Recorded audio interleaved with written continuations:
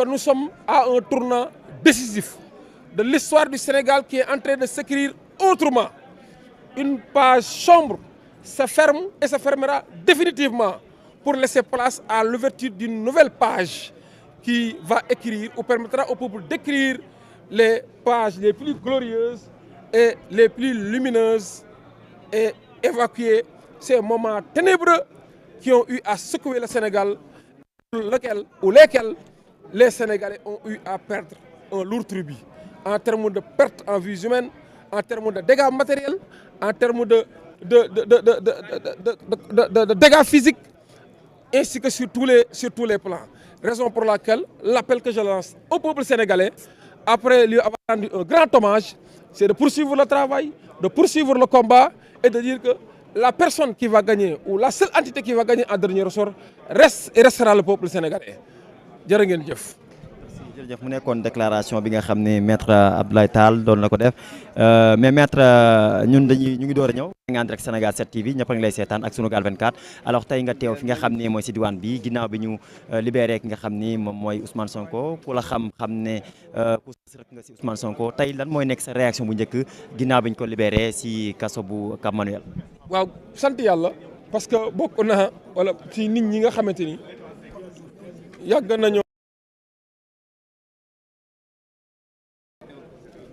yàgg nañoo xeex pour le président Ousmane Sonko delluwaat ci liggéey bi mu simb que depuis très longtemps moo nekkoon ñu jëmmal askan wi jëmmal Sénégal jëlee fi mbuxum andi fi jub jëlee fi lëndëm andi fi leer Ousmane Sonko loolu la sos avec l'avènement du parti Pastef les Patriotes mu nekkoon engagement boo xamante ni ànd nañ ceeg moom taxaw ci taxawaay bi war ak peuple sénégalais bi te loolu moo am solo Ousmane Sonko bëri na lu mu doon wax mu ni gannaaw yàlla ak li mu gëm jàpp na ni léppam mu ngi ci loxo peuple sénégalais bi. li xew fan yi gis ngeen ko ni peuple sénégalais bi mosuñoo bàyyi Ousmane Sonko mu wéet li xew fan yi gis ngeen ni peuple sénégalais mosuñoo bàyyi combat bi ak liggéey bi Ousmane Sonko dañ ci ànd ak moom bëccëg guddi muy ngelaw muy taw muy sedd muy tàng peuple boobu dañoo mës a taxaw si ginnaaw ci kanam ak ci wetu Ousmane Sonko ba loolu amee ak nattu yi si dal yëpp peuple bi nekk benn peuple bu résilient waaye li ma si gën a ëppal solo rek mooy peuple bu am xel parce que yéen a ngi fàttali ne am nay jamono ña nga xamante ni suñuy adversaire nañ bëggoon nañ pëccoxoo am ci réew mi maanaam créer le chaos pour effectivement favoriser les conditions de ne pas organiser un vote mais lan nga gis peuple bi dañ naan xeexuñu dañuy dem élection peuple bi taxaw ne ñun xeexuñu dem ngeen sax ba peuple bi agressé nañ ko poussé que à ses derniers retranchements pour mu réagir xeex peuple bi ne xeexul parce que Ousmane Sonko avant muy dugg kaso waxoon na ni combat bi du émotion moo koy gagné mais raison moo koy gagné xel moo koy gagné du yërëmtalu moo koy gagné mais taxawaay moo koy gagné boobu peuple wane xel wane stratégie nekk dañuy dem élection bañ dañuy dem élection nag ña war a organiser élection ñu ngi créer les conditions de ne pas organiser cette élection waaye peuple bi nekk di nga dem élection loolu moo si am solo parce que kuy déglu na nga déglu message du peuple bi parce que tout revient au peuple la démocratie c'est le pouvoir du peuple par le peuple et pour le peuple la justice rend ses décisions au nom du peuple donc tout revient au peuple et on ne peut pas être plus populaire et plus légitime que le peuple kon peuple boobu mooy dogal te li ñu dogal tey jii. en tant que avocat noo jàngatee décision l'agence judiciaire de l'État daal di désister li nga xam ne mooy radiation sur les listes. peuple boobu li ñu dogal tey jii mooy Ousmane Sonko dellu si Bassirou Diomaye ñëw amuñu xaj ak seen Diomaye mooy Sonko mooy Diomaye dañuy dem élection te incha allah dinañ gagné élection yi midi résultat yi jeex sénégalais am 5e président désistement bi agent judiciaire def. man boo gisee dama si am commentaire damaa wóolu woon sama bopp ne Ousmane Sonko dafa mus a am dëgg si état du Sénégal si Ziguinchor wane na ko Dakar wane na ko ñoom ñoo defoon seen pourvoi en cassation dem ba sa biir na soxlaatuñ ko kon xamoon nañ ni dañ doon guddal jël rek mais jël loon bu nekkat seen kanam li si am solo rek mooy boobu désistement delloo waat na Ousmane Sonko ci droit am yëpp Ousmane Sonko maanaam su ma doon wax ci kii dama naan set na wecc weex na tàll amul lenn lu ko gàkkal. kon dina mën a voté le 24 bi sax musul tilim dama leeral ko musul tilim musul gàkk waaye gën nañ kaa weexal gën nañ kaa leeral ba li xale di wax naan moom mu ngi belli. dina mën a voté. mais maître avec cette nu mu tuddati convocation yi nga xam ne assemblée nationale def nañ ko mu nekk convocation d'urgence est-ce que jàpp na ba tey ñoom ñu ngi ci même logique bi fexe mu reporter seen élection. dama ni ñoom ci pexe lañ dëkk waaye kuy pexe da nga bàyyi pexe yàlla yàlla nee na kuy pexe maa la ëppi pexe te lépp lu muy def dina ko def kuy pexe tamit bàyyil xel peuple bi parce que à ce peuple est dépositaire d'une parcelle de divinité kon pexeel rek yàlla dina ñëw peuple bi dina jël seen responsabilité. en tant que maître quant à convocation bi ba damaa gëm ni xamaguñu la raison de cette convocation ni le contenu convoqué nañ procédure d'urgence ñu ngi leen di xaar. mais li nga ñoom ñu mettre dissolution ak conseil constitutionnel est-ce que jàpp nga ne loolu jamono ji lu mën a nekk. xam nga loolu mu am sax mooy gàcce la mu am mooy démocratie bi delloo na ginnaaw conseil constitutionnel la mu wax rappeler waat que mooy toujours le processus bi continue avec les candidats les 19 candidats rappeler na ko conséquence su décision yi ñu fi rendre yëpp mooy le processus continue avec les 19 candidats moom moo amoon mbërëm dem ba sa biir wóolatul mbërëm wala joowula mbërëm ñun wóolu nañ suñu mbër Ousmane Sonko am na mbërëm wóolu na ko jubóo na ak moom te incha allah moom ak mbërëm tànk ak tànk mbagg ak mbagg ànd ak peuple sénégalais bi gagné élection yi dès le premier tour avec une victoire sans conteste et de façon écrasante midi. ban commentaire ngay def ci décision cour suprême bi mu daal di jugé irrecevable requête bi nga xam ne waa PDS dugal nañ. loolu ñëpp xaaroon nañ ko lépp lu laal ci élection présidentielle élection nationale conseil constitutionnel moo am compétence bi te conseil constitutionnel yàgg wax na ni en vertu de ses pouvoirs de régulateur moom am na sax droit fixer la date tout en tenant compte des exigences contenues dans le code électoral et dans la constitution notamment sur le mandat présidentiel parce que dañ ni mandat bi warta tegu benn fan waaye warta wàññee ko benn fan conseil constitutionnel nee na moom mooy veillé ci loolu te rappelé na ko rappelé waat ko cour suprême li mu ñëw wax mooy conseil constitutionnel en réalité moo compétent pour loolu moo tax ñu déclaré action bi irrecevable l'irrecevabilité bokkul ak ñu débouté la irrecevable mooy yow fi nga ñëw di fi jooytu du yow yaa war a ñëw jooytu fi wala du li ngay jooytu fii nañ ko war a jooytee kon kay loolu leer na yaa xëyti nañu dem élection waay peuple bi seen yaram a ngi xasan yàkkamte nañ élection nañu dem élection nañ ci rafet bu si kenn ñaaw jërë ngeen jëf. Sur quel point? Oui, je dis, c'est un sentiment de satisfaction quand je vois des pères de famille, à la personne d'Ousmane Sonko, de Bassirou Diomaye Faye, ainsi que d'autres leaders, recouvrer la liberté et regagner la société en toute dignité et en toute honorabilité. Je pense que ce qui s'est passé hier nous donnait même l'impression qu'on était dans une soirée électorale, parce qu'il y avait des scènes de liesse un peu partout dans ce pays, des scènes de joie. On dirait que c'était un sentiment de délivrance. Et je pense que ceci est un message que le peuple vient de lancer à l'endroit de tous ceux qui nous regardent, mais tous ceux qui s'intéressent au destin de notre pays. Le peuple sénégalais, ce vaillant peuple sénégalais à qui je rends un hommage mérité, a toujours démontré à la face du monde que le Sénégal restera un état de droit. Le Sénégal restera un état de paix. Le Sénégal restera également une nation apaisée. Et le peuple a toujours su montrer et démontrer qu'en réalité, la dernière décision lui revient. Et ce peuple n'a jamais failli à cette mission, effectivement, de montrer même aux acteurs politiques que c'est lui qui décide. J'ai dit que la démocratie, c'est le gouvernement du peuple, par le peuple et pour le peuple. Mais je dis plus loin, même la justice rend ses décisions au nom du peuple sénégalais. Donc, on ne peut pas laisser le peuple en rade ou ignorer le peuple ou mettre le peuple de côté pour prendre des décisions qui vont concerner les destinées de ce peuple. En tout cas, ce peuple sénégalais, à travers sa jeunesse, à travers les personnes du troisième âge, à travers sa diaspora, a su montrer qu'effectivement, ce Sénégal que nous avons sera effectivement un Sénégal de lumière. Ce Sénégal que nous avons va quitter le monde des ténèbres et effectivement va plonger dans le monde des lumières. Et ce Sénégal-là, Inch'Allah, connaîtra avec ce scrutin un nouveau président. Ce président, nous le souhaitons, s'appelle Bassirou Diomaye Diakhar Faye, tel que désigné et tel que souhaité par le président Ousmane Sonko. Je dis que le pouvoir est en train de tout faire pour créer les conditions de ne pas tenir les élections à date échue, conformément à la décision du Conseil constitutionnel.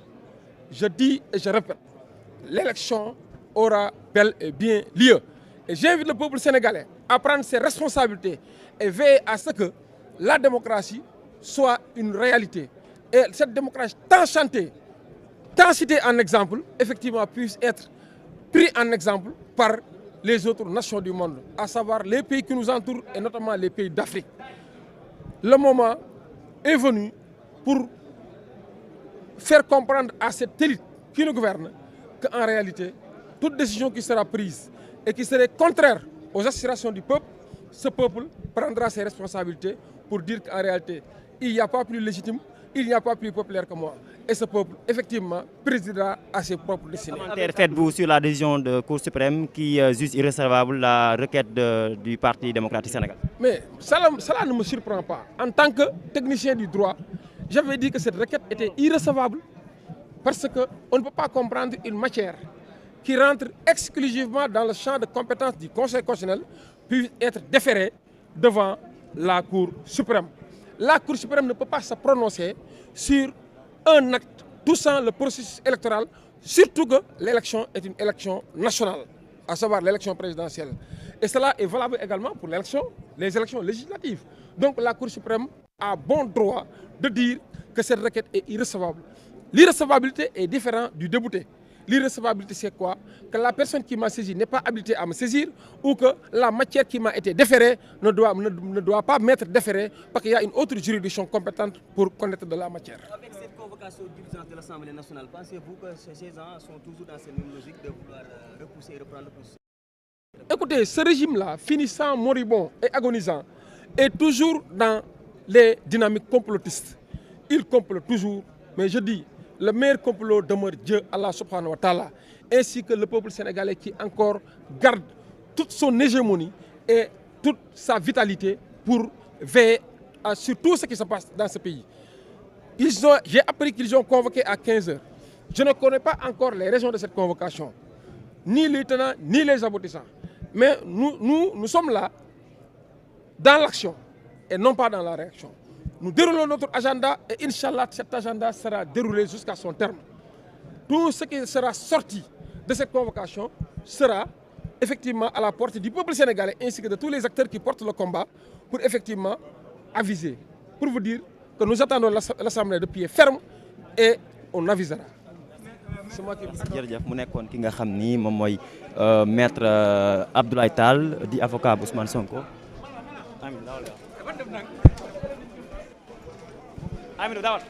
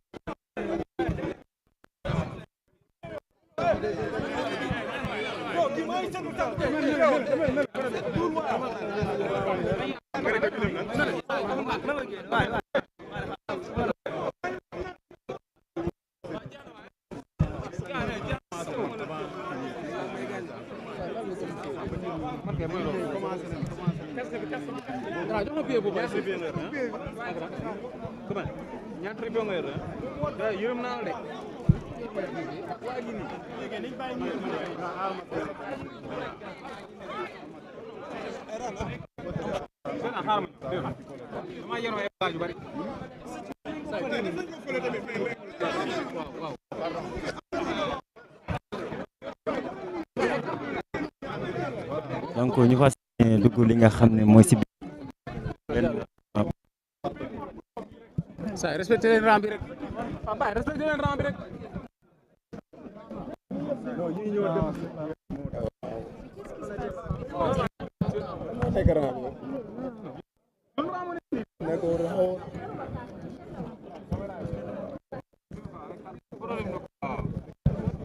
donc suivre leen ñu rek ñu ànd ak yéen dugg ci li nga xam ne mooy si biir salle bi.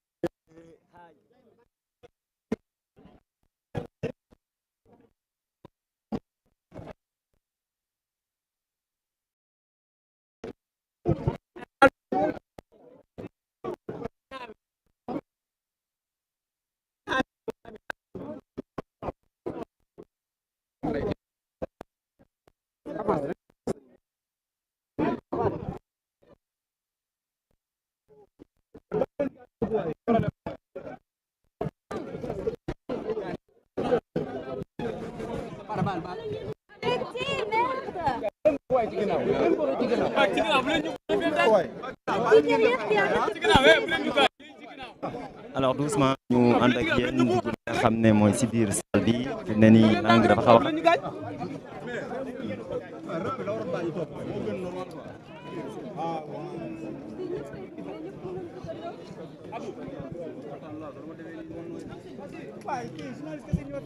bon ñu ngi contrôlé bi moo yeex si boobu xanaa jéggi pardon.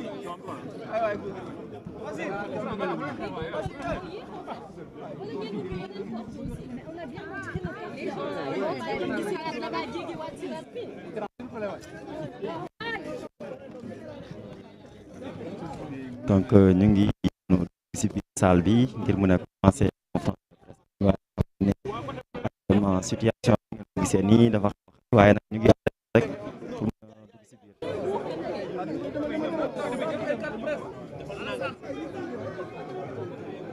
gaay nank rek baye gaay gañante nank rek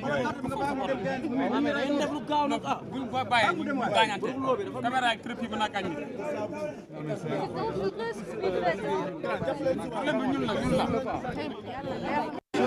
les gars demal et borom caméra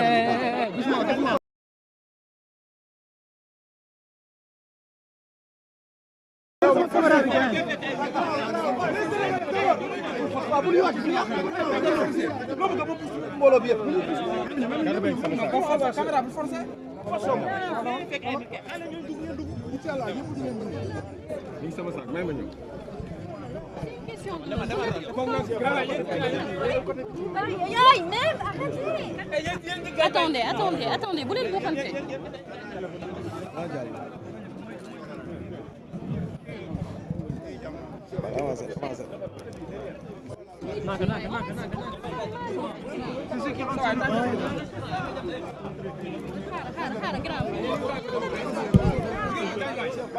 Les gars, arrêtez là.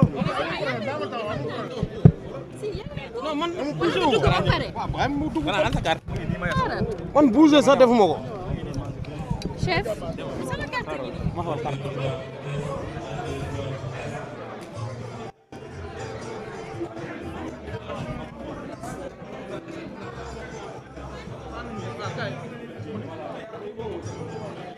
Grand maa fi samp de. Ismaïla am sac.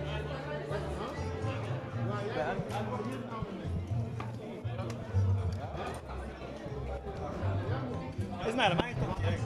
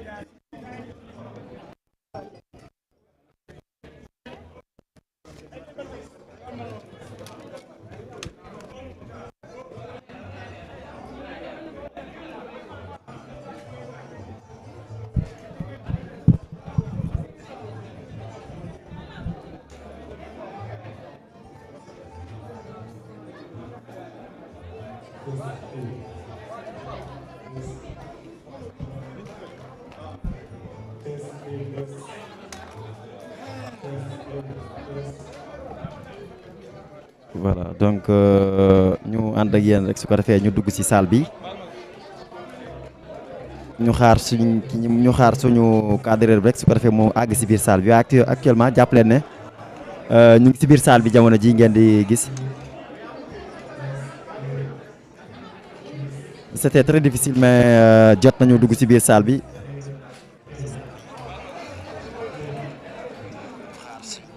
voilà ñu xaar rek Amidou dugg ci biir man moom jot naa jàll ci biir waaye fi mu ne nii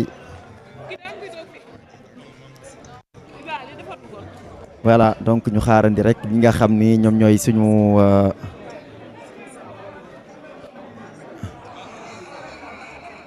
moom mooy ci biir salle bi su ko defee ñu dëgtal leen li nga xam ni moom mooy direct bi comme ni ngeen ko gisee noonu jamono ji.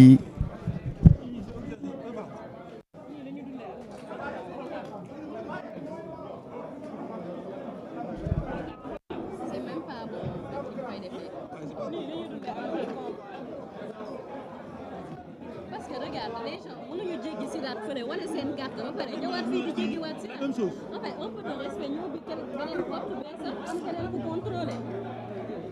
Vraiment pas. Même j'ai vu des images rentrer alors que c'est compliqué. Tellement compliqué. C'est mon cas.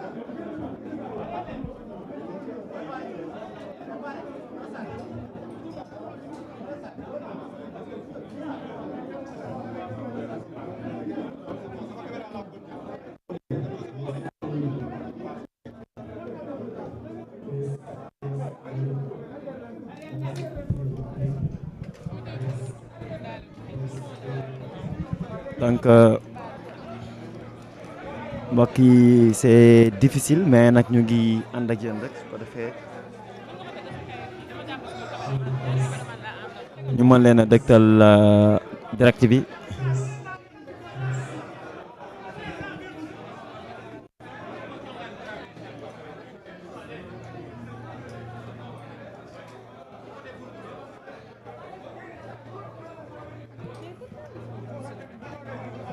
En tout cas c'est un peu compliqué par rapport ak dugub bi mais jàppale ne 16h49 minutes moo jot donc du yàgg dara li nga xam ni moom mooy moom Ousmane Sonko mu mën a dugg ci biir salle bi ngir mën a daal di door li nga xam ni alors moom mooy conférence de presse bi.